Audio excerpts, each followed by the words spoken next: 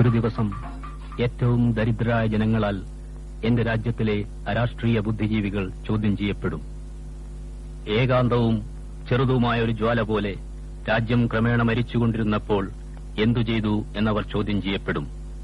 അവരുടെ വസ്ത്രങ്ങളെപ്പറ്റിയും ഉച്ചയൂണിനു ശേഷമുള്ള നീണ്ട പകലുറക്കത്തെപ്പറ്റിയും അവരോടാരും ചോദിക്കില്ല.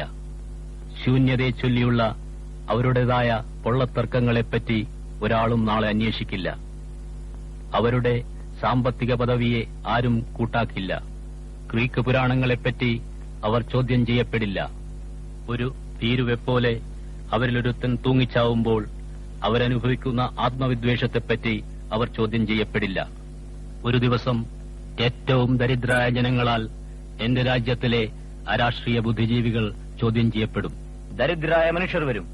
ഈ രാഷ്ട്രീയ ബുദ്ധിജീവികളുടെ കവിതകളിലും കഥകളിലും ഒരിക്കലും ഇടം കിട്ടിയിട്ടില്ലാത്തവർ, എന്നാൽ ദിവസവും അവർക്ക് അപ്പവും പാലും കൊടുത്തവർ, ഇറച്ചിയും മുട്ടയും കൊടുത്തവർ, അവരുടെ വസ്ത്രങ്ങൾ അലക്കിക്കൊടുത്തവർ, അവരുടെ പട്ടികൾ വളർത്തിയവർ, അവരുടെ കാർ ഓടിച്ചവർ, അവരുടെ ഉദ്യാനങ്ങൾ കാത്തുസൂക്ഷിച്ചവർ.